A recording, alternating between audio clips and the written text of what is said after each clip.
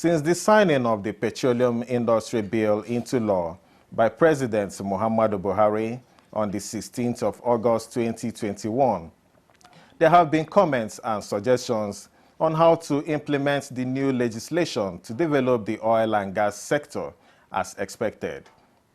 To facilitate quick implementation of the Act, the President constituted the steering committee headed by the Minister of State Petroleum Resources, PIA Silva, to supervise the implementation with a time frame of 12 months to complete its assignment. The steering committee, which was already inaugurated, has swung into action with the setting up of subcommittees to handle various assignments to facilitate the full implementation of the Petroleum Industry Act. The Act, which provides the legal governance, regulatory and fiscal framework for the Nigerian oil industry and host communities, development, and other related matters, is expected to generate employment opportunities for teeming Nigerians along the oil value chain. What strategies should be put in place to ensure full implementation of the Act? What kind of investments should Nigerians expect from the implementation of the PIA? This week on Late Edition, we turn attention to implementation of the Petroleum Industry Act. I am Ekene Ndulue. Thank you for joining me.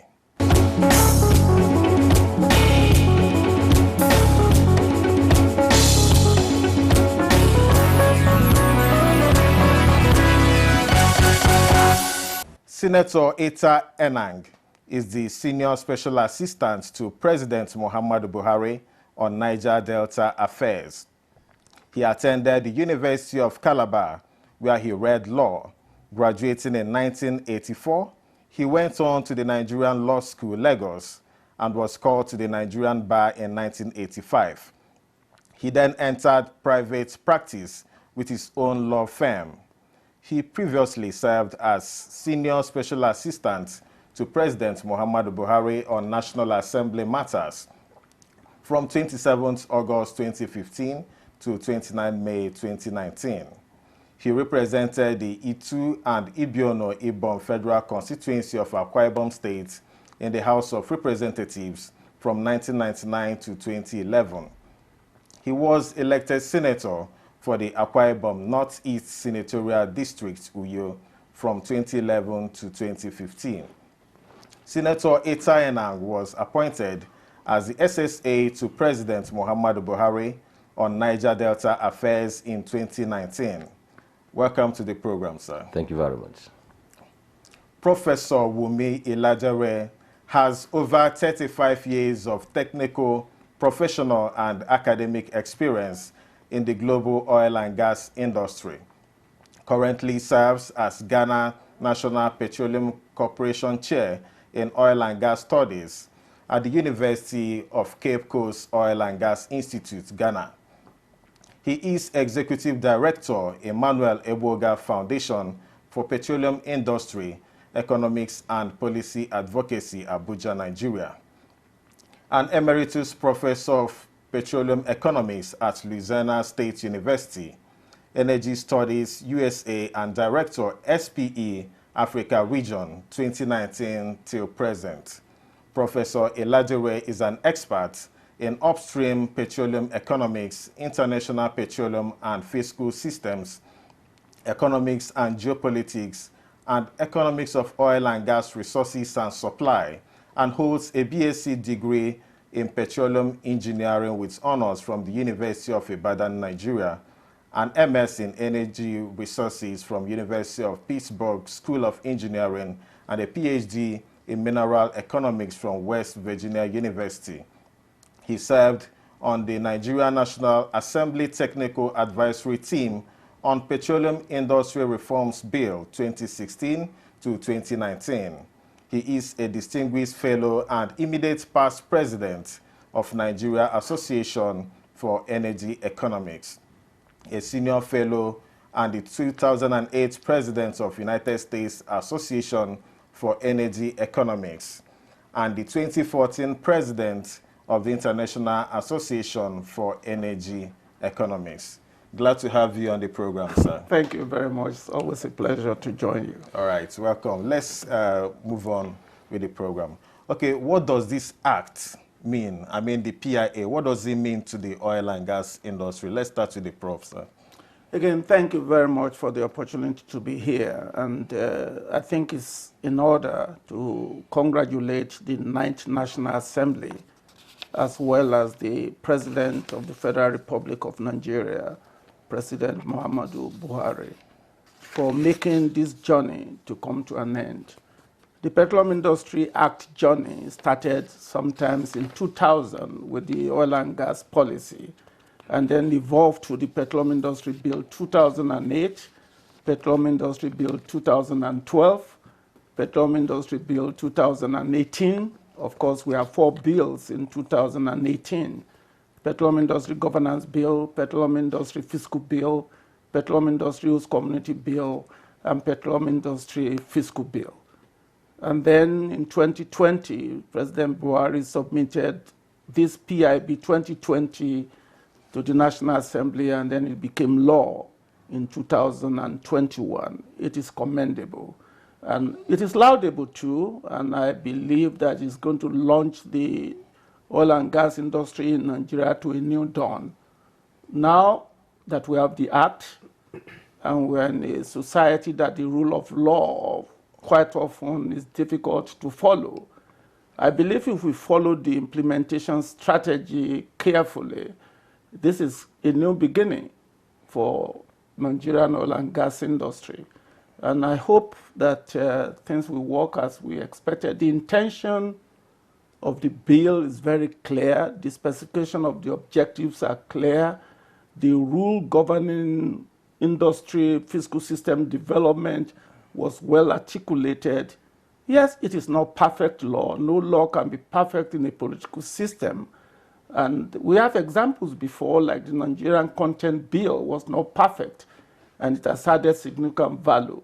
So I believe the PIA, despite the imperfections in it, if well implemented, is going to put us on the right path. In that case, it's the beginning of avoiding the Venezuela experience.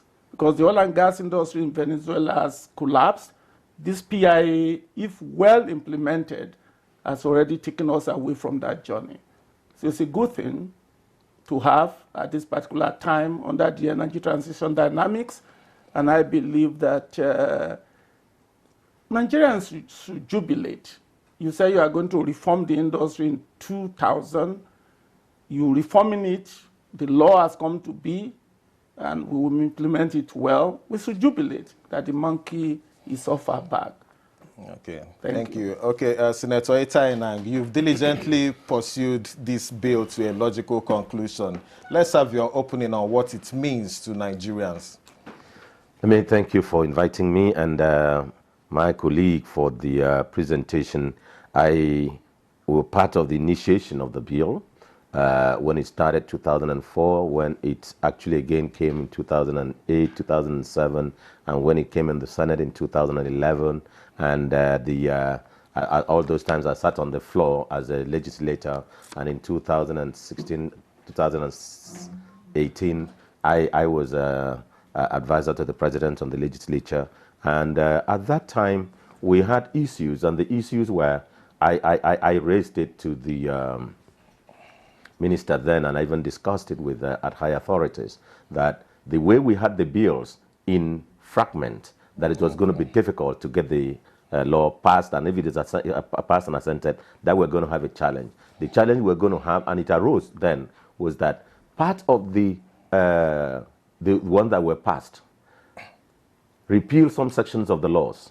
Okay. And yet, if Mr. President assented to it, and the others were not passed, and sent it to at the same time, we will have a situation where you have some aspects of the industry not regulated by a law, which law had been repealed by what has been assented to, and it has become a law, while the other ones may have a challenge and were not passed then.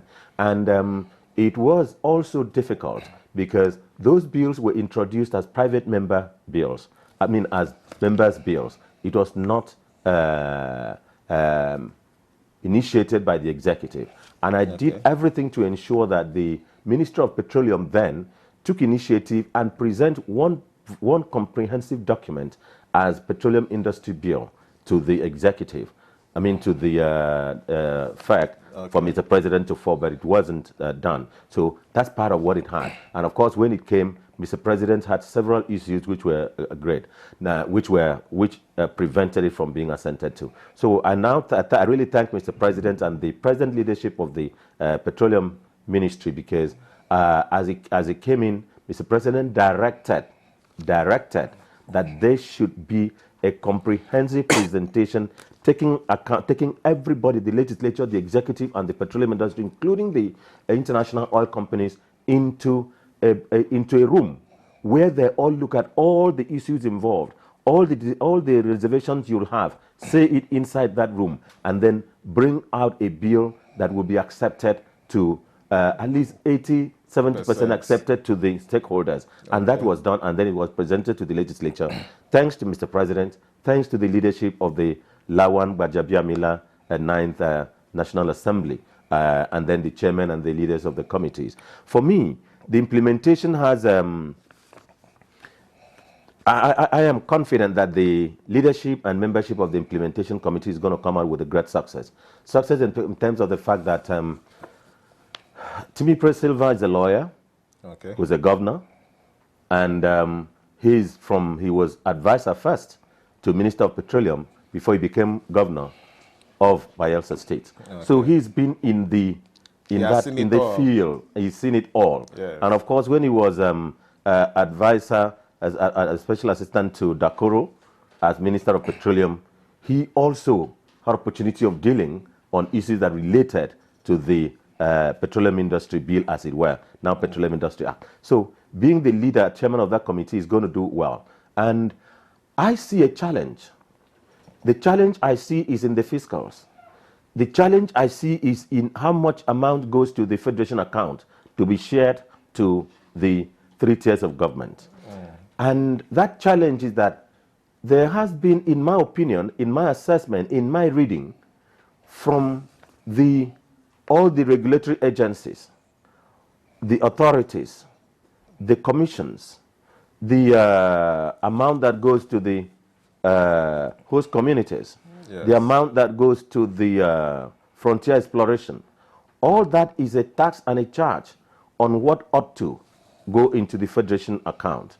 And when you look at section 263, 264, and 262 of the Petroleum Industry Act, you see all the expenses and charges and taxes and all the expense on ground in the course of everything has to be deducted.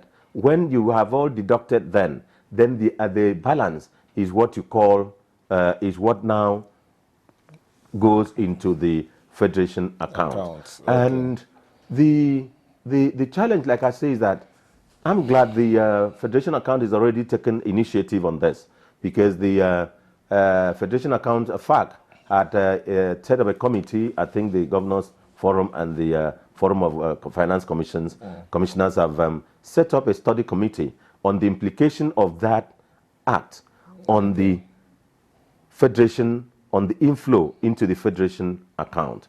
Because when you look at the before we go further, let's talk about this Frontier Exploration Fund, because some of the governors have actually complained that it's going to deplete the federation account if implemented.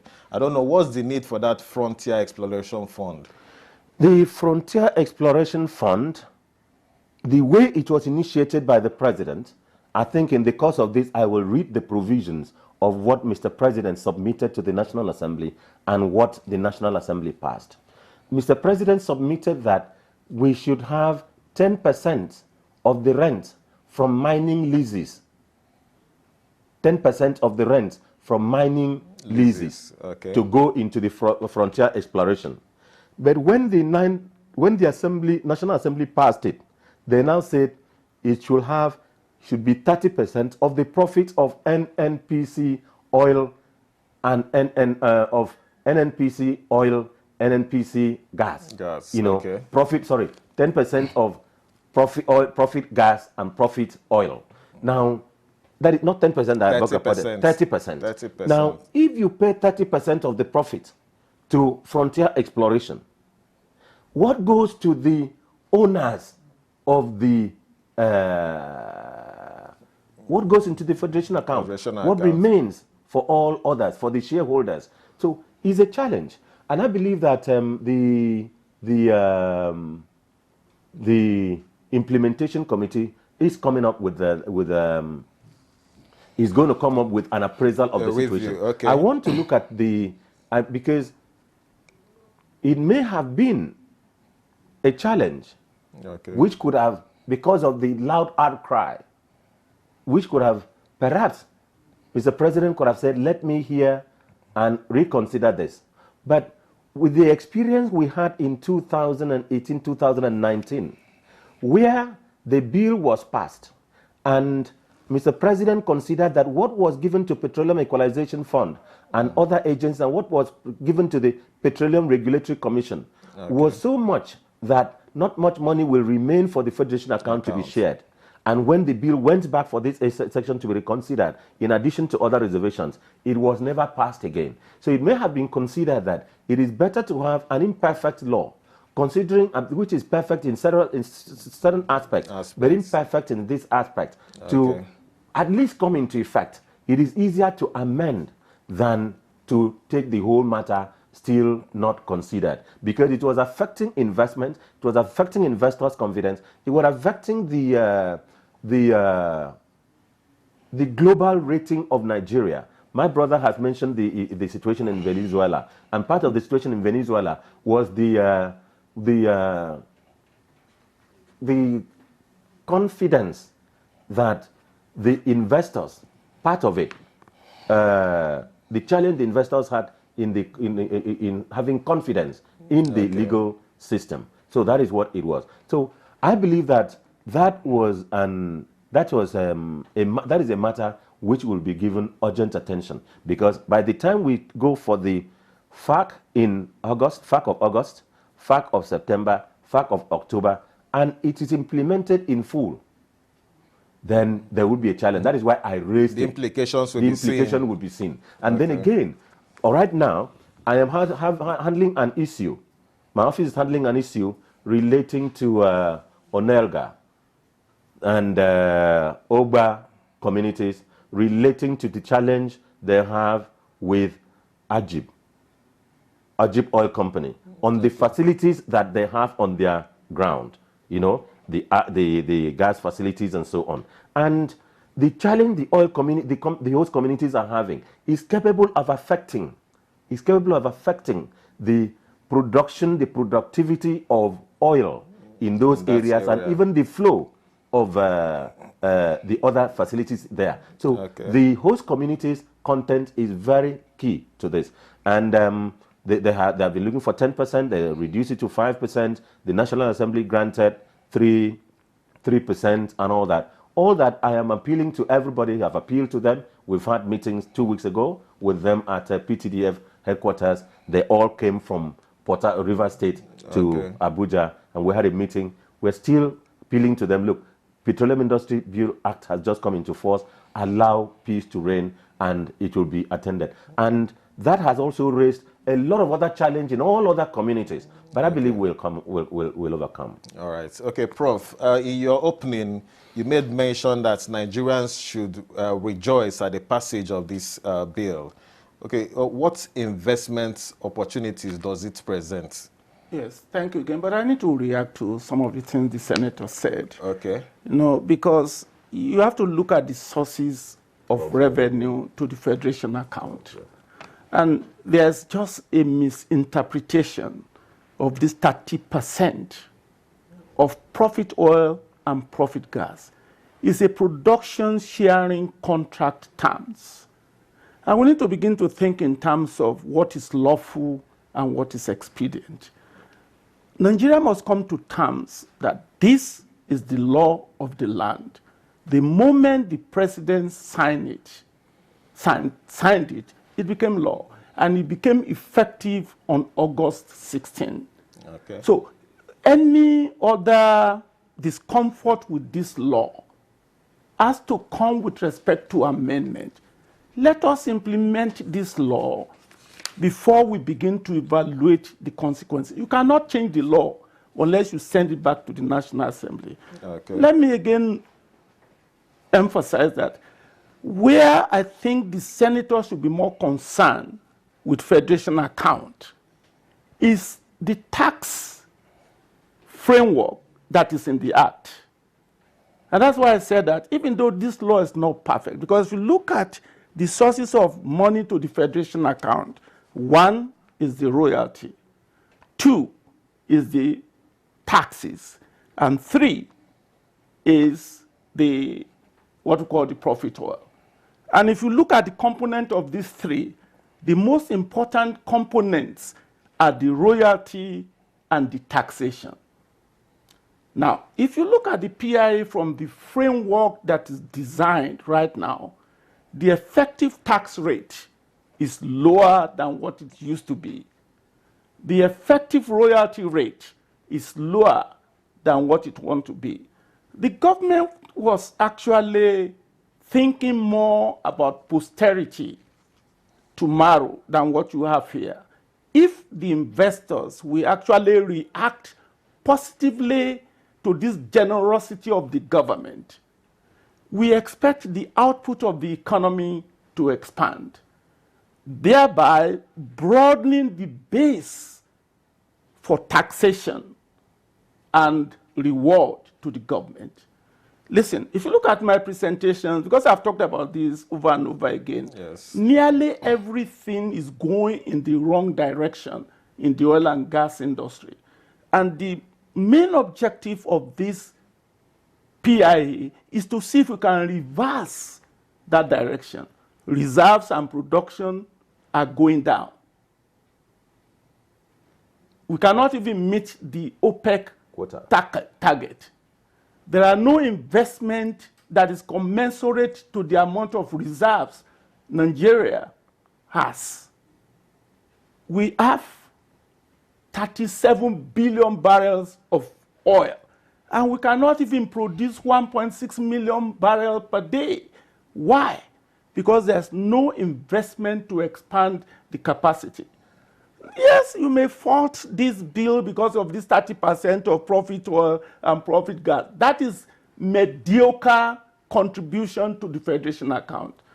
I don't agree with the 30% frontier and management fee for NNPC, but that's, by the way, now is the law.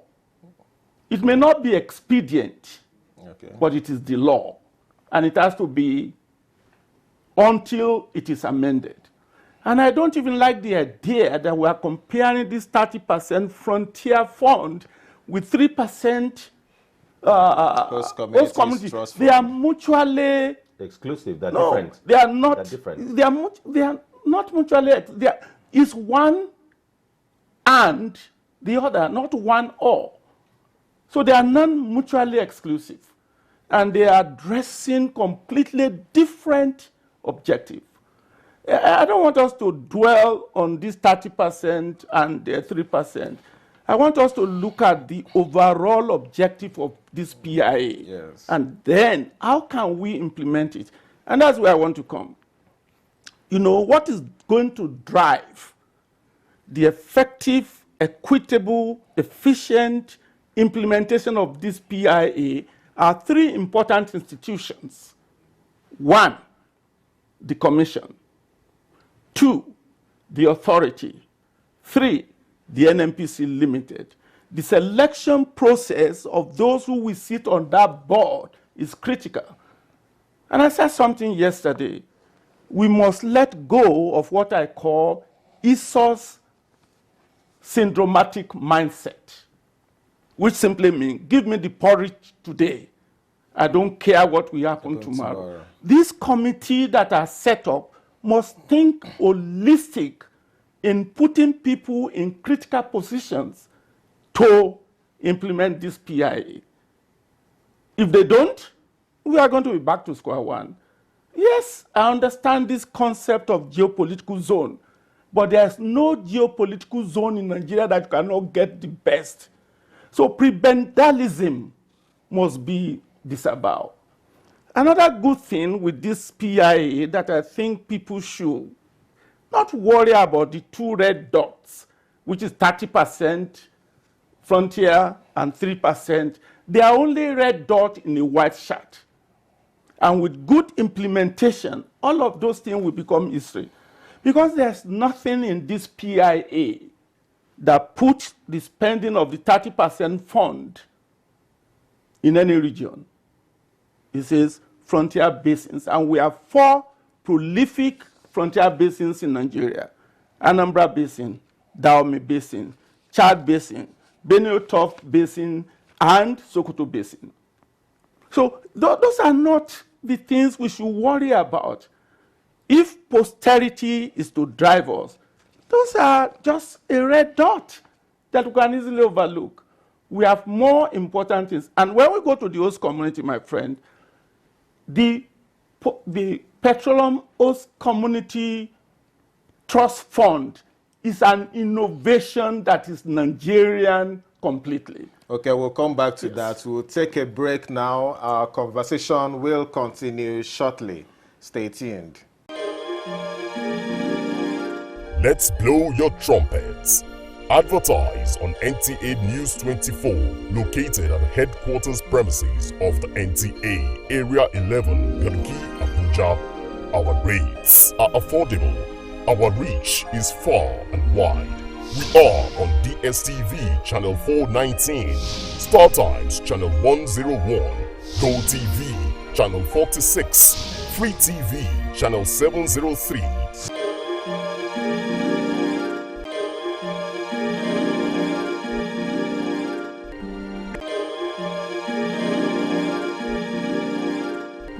NTA News 24. News and more news.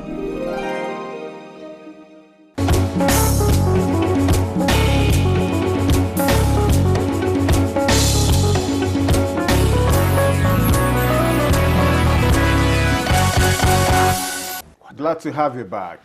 We are still speaking on the implementation of the Petroleum Industry Act.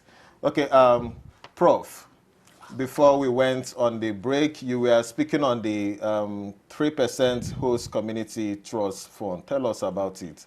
What's the idea? Who is entitled to this fund, and what's the percentage? What's the sharing formula? Well, thank you again very much. I'm not here to say that the money is enough for the type of development I expected over the years in the host community. But do not underestimate a marginal benefit to start. There will be room.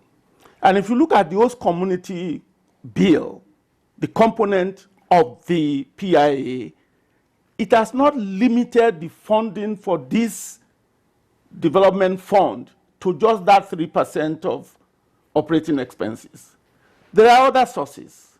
And this is where I want to plead with the host communities. Let us see how this is the first time in all the interventions of the federal government that the impacted community for petroleum production, we have something paid directly to them by law, by the operators in that community. This is the first time ever. Look at NDDC. Go and study the way NDDC fund has been spent over the year. And it amounts to almost 6 trillion naira since the inception. What proportion of it ever got to those community people? People can tell me. Let's look at the 13% derivation fund. What proportion is directly affecting the host community? Let us even look at the Ministry of Niger Delta, where they spend the bulk of the money. Where does that proportion that belongs to the host community ever got there? Let's even look at the budget of each of the state producing oil and gas. What proportion of that money is ever spent where petroleum is produced? This, for the first time in the history of Nigerian intervention of Niger Delta, that they will get money directly from the people producing that oil. I think is worth applauding. It may be small from the perspective of the expectations. And this is where I call on the state assembly, the state governors that are complaining, to go back and apportion by legislation a portion of all money that comes to the state, either via NDDC, via derivation fund, or Minister of Nigeria Delta, and say this portion every year will be put into this settlers fund to be able to fully impact the host community. It is innovative, and I want to guarantee you that if it is implemented according to the law, it will become more or less what I call the poster child of how to develop host community where oil is produced. Okay. It is not as expected. And let me quickly conclude. This idea of 10%, if you say 10% carry me, by the time you deduct the cost of carry me agreement for those people, you will not find anything. Because if dividends are not declared at the end of the year, there won't be anything to share. If you say 5%, you are putting additional burden on the companies, which again will reduce the declare accessible and chargeable profit, and we again reduce the proportion of revenue that will go to federation account. Remember, the effective tax rate is lower now than before. The effective royalty, and these are the key components that drives the federation account. In fact, what I'm looking forward to in my future Nigeria is when the money that are given to the states are earmarked for project and not for paying salary. Because that's why you don't see any sustainable development anywhere. Okay. There's no competitiveness within the state. We need to decentralize the economic structure of Nigeria and let the states fetch for themselves. Or amalgamate, let them combine themselves, put resources together to grow their economy. All right, we'll come back to you, Prof. Senator Itayanag, I want you to speak to the issue of this host community trust fund. What are they looking forward to? How is this going to impact on their lives? Well, I think probably have misunderstood me about, of course, we're on the same page on the question of the 30% and this thing. It is that, first, it is the law. Because immediately the president signs it on the 16th, it has become the law. And that is what I'm saying, that we have to go implementing. And that implementation, we'll find it when we go for FAC of August, FAC of September, and then we'll know what comes in after all the deductions. And again, the question of the 30%, it is the law too. And it is when we know how much it amounts to, what goes into that fund, because it's not a fund, it's a fund. It's not something that it just has to be spent. Yeah. And it has to be approved by the National Assembly before it is spent. Okay. And of course, again, I have said again earlier that at the time the bill went to the National Assembly, the frontier basins were not defined. It was like every area that you needed, where you needed to explore more for oil, okay, which ordinarily included places like Cross River, the Odukpani Basin, the Cross River Basin, where Cross River doesn't have oil now. I mean, has oil, but it is not credited. It is not producing into the account, and so it is not receiving anything. Now, back to your question. The effect on the host community. It's going to have great effect on the host community, but I'm afraid that, and I want to urge the host communities, that this is something that is like a bet onto you. It is capable of putting you people against each other, taking you to court as to who should be what, who should do what, ownership, who should be appointed what, who is the owner, who owns where this facility passes or is located. You spend your time in court while development passes away and the oil community and the oil companies are producing, and the money is getting into the trust fund, you know, and then you are not using in time. So I forget about issue which is going to be litigious. Come together and start using the money as it comes. and allow the oil companies peace to produce. What I also want to tell the host communities is that, as of today, Nigeria is one of the countries where we have the highest cost of production of oil in the world. Highest cost of production because the oil companies stay in Lagos, fly in with helicopter, get onto the deep offshore with helicopter. They fly their people perhaps to Port Harcourt Airport or Owerri Airport or to Calabar or Yo Airport, or sometimes Calabar with a helicopter, and then fly them with plane back to Lagos. They bring them to the communities, put them in the big hotels, fly them from the hotels through and then to the offshore, bring them back, put them in the hotel, and fly them back to Lagos. These are all costs of production. Now, what does the host community do now? It is the intemperate situation, the insecurity, the hostility in the host communities that drove the oil companies away to offshore. Okay. Not off the shore, like Lagos, not off the shore of the shore like in the deep offshore ocean, but off the shore of their communities to Lagos. If you go to Warri is a history of itself. Port Harcourt is history of itself. Go to all the areas in go to Bayelsa. It's history of itself. The worst is Eket, Esreket, Ibono, Mpanak, Opolom, Omino, Upenekang, Eastern Obolo. They are not just about dying. They are dead communities. So why? It is because there were this element of threat, insecurity, kidnappings, and not kidnappings as such, but a feeling of insecurity by the oil companies. And they felt that it was cheaper for them to have their people safe, go to Lagos. And that is what has enriched all the people now went and reclaimed land from the ocean in Lagos Island. And then Lagos is making money from there, and you are losing. So reverse back to the situation. We've now created host communities trust. Take your destiny in your hand. Create peace in your area, and then you will see the oil companies returning back. When they return back, the cost of producing oil will be cheaper, and it will impact on your communities. It will impact on the communities. Your people will have work. I've almost said it twice.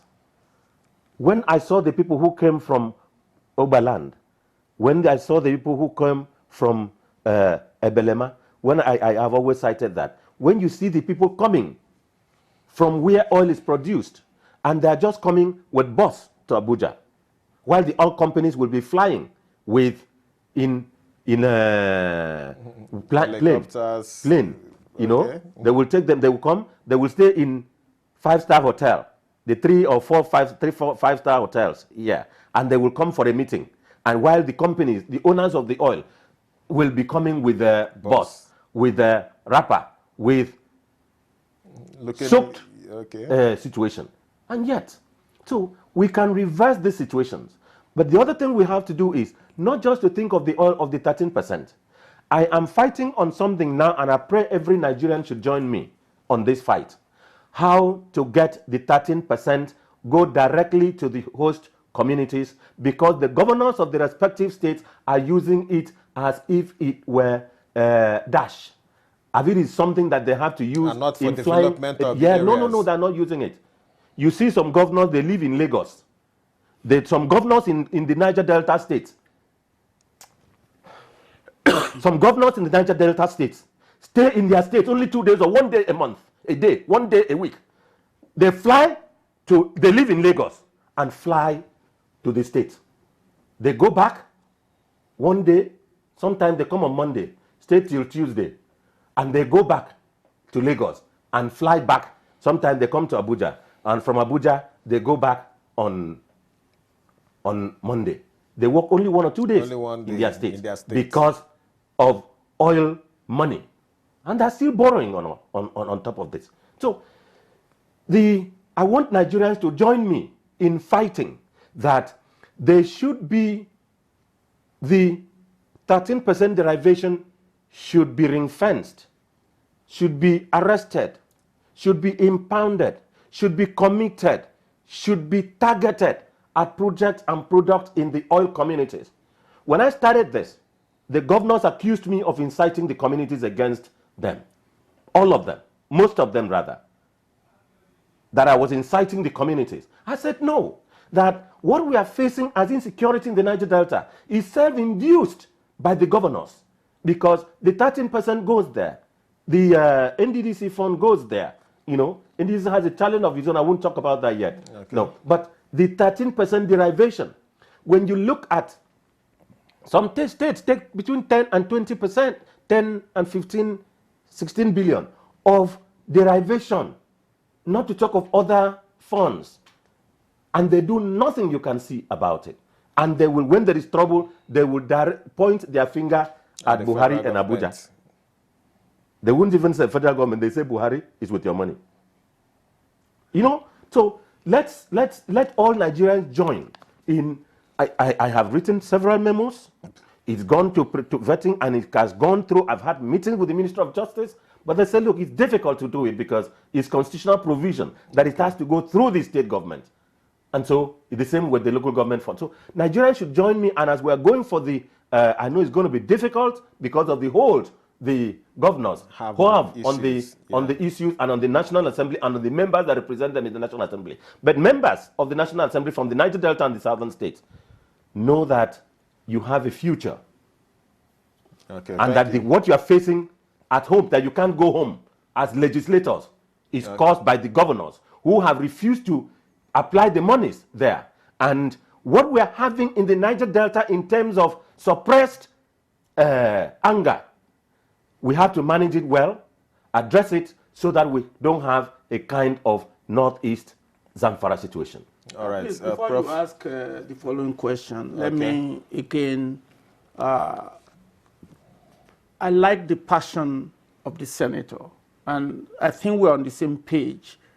But I want us to continue to look at how this PIA can address some of these issues, because any nation must go by the rule of law.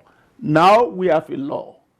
What is the best way we can use this law to address the ownership agitation, underdevelopment in the Niger Delta, and so on? And the PIA, when it comes to the host community fund, has a loophole that the state assembly in all of this Niger Delta state can apply to actually fund this host community fund beyond the 3% operating cost of the operating company. And then for the first time also, and that's why I say this, the host community chapter of the PIA is innovative. It is innovative because for the first time, the way the intervention fund called host community development fund should be spent is stated 70% for capital expenditure. Okay. Another 25% for savings in the future. And only 5% is for administrative. Not only that, if you look at this host community fund, if implemented, it says that it is the community that will determine how this money is spent. What project do they want to use the money for? And the bill or the act also says that if you are going to be host community, you must have a constitution and you must register with CAMA. So one thing we need to do is to continue to give public education. And I can speak about host community because I was fortunate to work for 2 years or 3 years. I lived in Eket, I lived in Port Harcourt, I was in Ebocha, I was in all the Niger Delta drilling oil well, and I still remember the friendliness of the host community. And the life that was there. And then, because 3 a.m. I will still be on the road. Yes, but you can't 3 a.m. going And from you're one not region. scared of any form of insecurity? Even on those natural resources, Yes. you can be riding speedboat. Yes.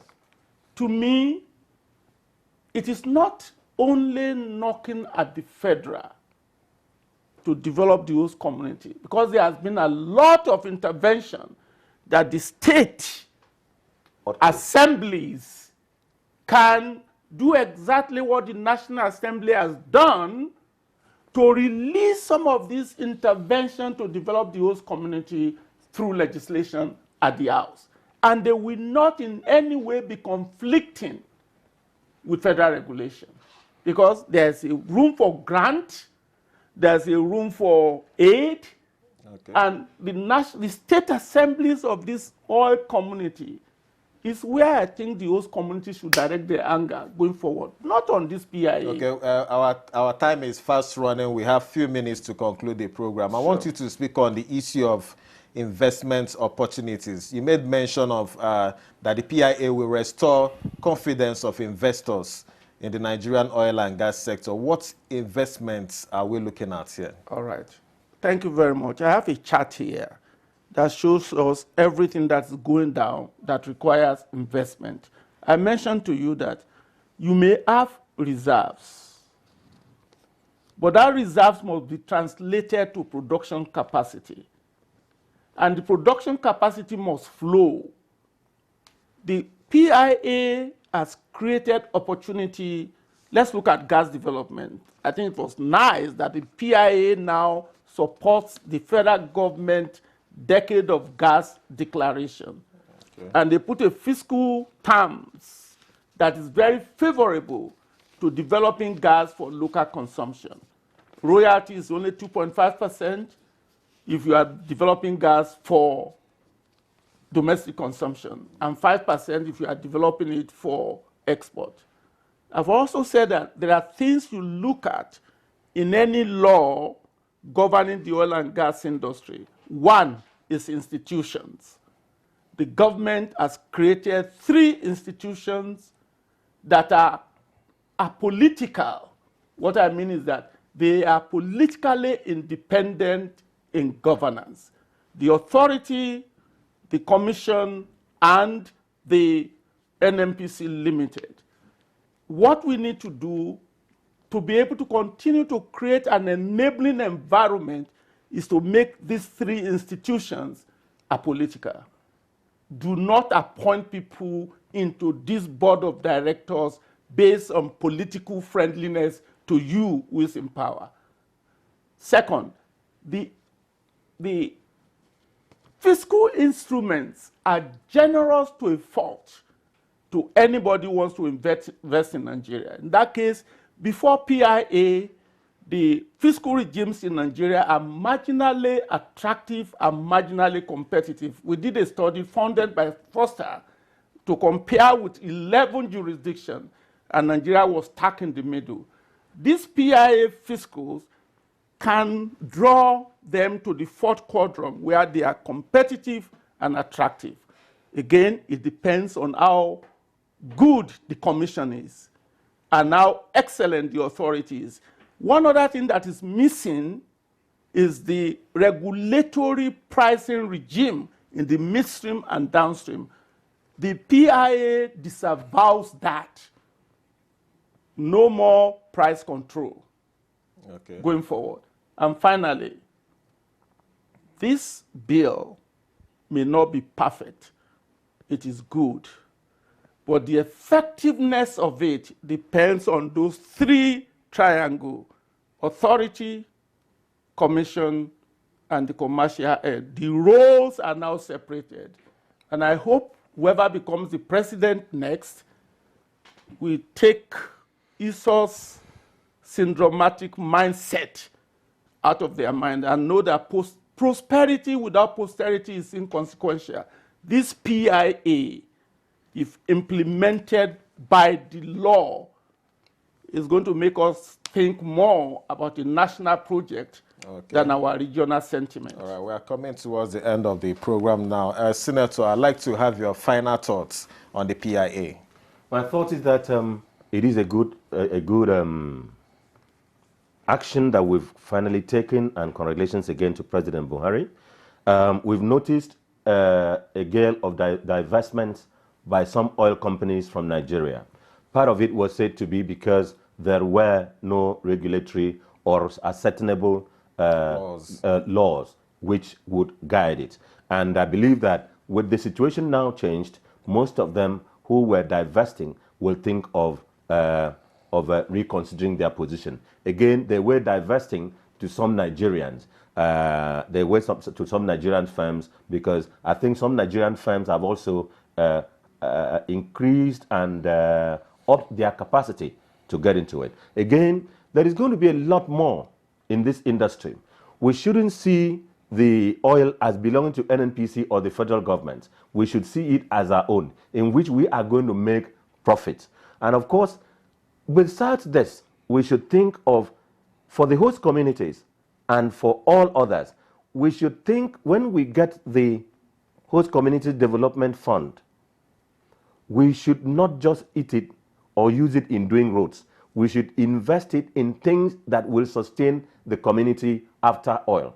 Part of my beat in the Niger Delta beat is Nigeria beyond oil, or Nigeria without oil, or alternative to oil. Now, there are communities in other countries which have oil, and they are using the money for oil for investment in sovereign wealth fund. They are using it for long-term development. They are using all the funds they derive in other things for their day-to-day salaries and running. So the host community should know that there is the green energy, there is the oil alternative programs, there is the energy from the sun, and oil in the next few years may not be important again. So they should think that they should invest the host community development fund in things that will sustain the communities after oil, and know that oil will not be forever. Finally, the oil community should know and think in advance that they may, in the future, even while the oil is still there, have to pay for people to clean the community of oil when oil ceases to be important, because of other alternative energies that may come in the future, when we have not finished drilling and yet they have spill. Okay, thank you very much. And this is where we wrap it up on this edition of Late Edition. And my guests have been Senator Eta Enang, SSA to the President on Niger Delta Affairs. I also had Professor Omowumi Iledare, Professor Emeritus in Energy Studies. Glad to have you on the program. Thank you very much. And I am Ekene Ndulue. Thank you for watching.